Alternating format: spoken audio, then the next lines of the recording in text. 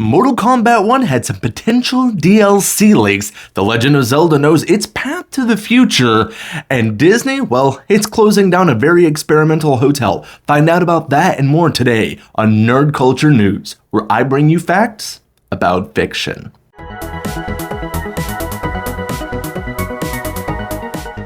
Mortal Kombat 1 was officially announced recently with the trailer, but already we are hearing that we might be getting some very interesting DLC characters through some leaks. The three characters that aren't already Mortal Kombat characters that they're talking about is potentially Peacemaker, Omni-Man, and Homelander. Now, I'm a fan of all three of these characters, but my issue is, don't they feel a little bit too similar, particularly Omni-Man and Homelander? Those characters pretty much have the same type of power and also have a very similar type of mentality when it comes down to at least what we've seen so far of them in their respective shows. Moving forward, I really do hope that we're not just getting superheroes as our DLC characters, because there's so much potential to move outside of that and have some really fun characters brought in, potentially like in the past bringing in horror characters, or you could even move outside of it and go for things that wouldn't fit in Mortal Kombat, which usually makes it even that much more entertaining. But are you excited for these three to be coming to Mortal Kombat 1, and who would you have as a downloadable character for the new game? The Legend of Zelda Tears of the Kingdom is huge. It's a phenomenal game, and I, for one, am enjoying it like hell. But what's going to happen in the future for Zelda? Well, the director of Breath of the Wild and Tears of the Kingdom is saying that going forward, this kind of seems like the template that they're wanting to go for. They want that big open world that doesn't feel as restrictive as they said, kind of like the older games might have felt. Although with things like Ocarina of Time, you did have Hyrule Fields that felt more open, it's still nothing in comparison to what we can do with games of today. I have to say, I completely agree that this is the direction that they should be going. I like the fact that there's so many different unique ways to play through the game that it really feels like it is your adventure. And I think that that is what most people are enjoying with this. Well, that and going and creating the most crazy contraptions that they can think up just to see if they'll even work in the game. With the improvements that we've seen with Tears of the Kingdom over Breath of the Wild have been great. I love the fact that we're getting more characters, more personality to the world, and it really feels lived in. Although I do love Breath of the Wild, you have to say that it didn't have as many memorable characters in it because mostly you were just dealing with a big open world and not towns and stuff like you actually are getting at more of an opportunity to with Tears of the Kingdom.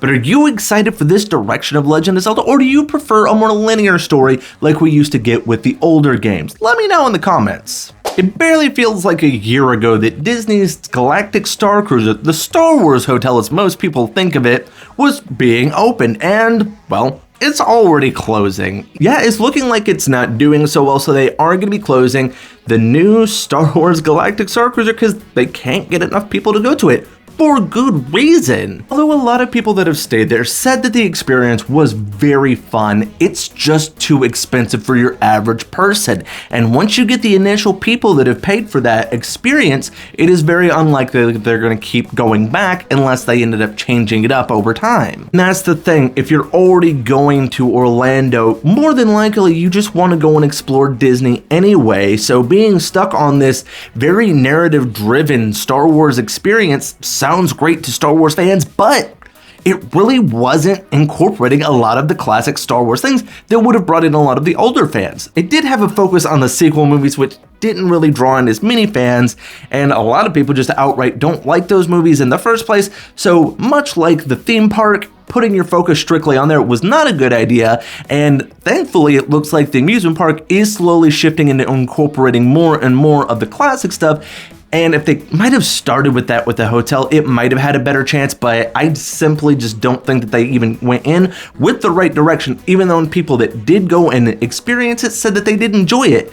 But looking at the hotel in videos and pictures that I've seen, it doesn't look like that comfortable of an experience. It's very small pod-like hotel rooms when you're paying thousands of dollars. That's right, thousands of dollars for a 2-day, kind of 3-day experience.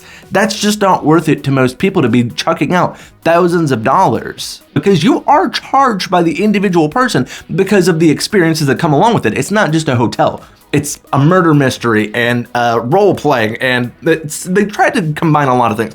It's a great concept, but dial back the price and maybe have it where it's individual things that you purchase, much like Disney does now, as opposed to one huge package that's going to break the bank even for people that are doing quite well for themselves. Personally, I never got to go to the Star Wars Galactic Star Cruiser, and I'm really not even that sad about it. Nothing that they showed in anything I've seen really makes me think that this would have made the experience worth paying that kind of money, and yeah, it just doesn't quite feel like Star Wars to me in the first place. So this next story is a bit of a throwback. Do you remember Beyblades? Yeah, Beyblades, the little top game that you spin them and then battle them against each other. Well, it's looking like it's getting another iteration with Beyblade X, which is really not that crazy when you think about it. We've had Beyblade for quite some time, even with the Burst series that came out after I was a kid and enjoying it, so it's not like they've ever even stopped. But I will say that this came off as a little bit odd to me because they're focusing in on trying to make this feel like it's more for adults, like it's an actual sport, and I don't see it. No offense to Beyblades. I had a lot of fun with you when I was a kid, especially when I was battling you against my friends. But the thing is I don't see this as much of a sport, and the lacking part of it, strategy. Although people can argue with me up and down that, oh yeah, it's all about strategy when it comes to Beyblades. It's mostly luck. It is mostly luck. It is tops. Things happen with them. It's not the same as playing a card game where, yes, there is luck in playing a card game. I don't see it on the same kind of level. But Beyblade X is kind of interesting with the bit that's at the bottom of the blade actually has a little divots in it that'll go into the arena that actually makes it spin faster, because speed is the big thing that they're trying to push with this one, even though it does have aspects of the older versions of Beyblade. It is going to have the burst mechanic. It is going to even have some of the Metal Series stuff, and it even has a little sticker piece that you put on top of it that's supposed to give you a representation for the character or monster that's inside of it. I don't know the newer versions of Beyblade to even know if they're still putting the whole idea of a spirit monster inside of the Beyblade.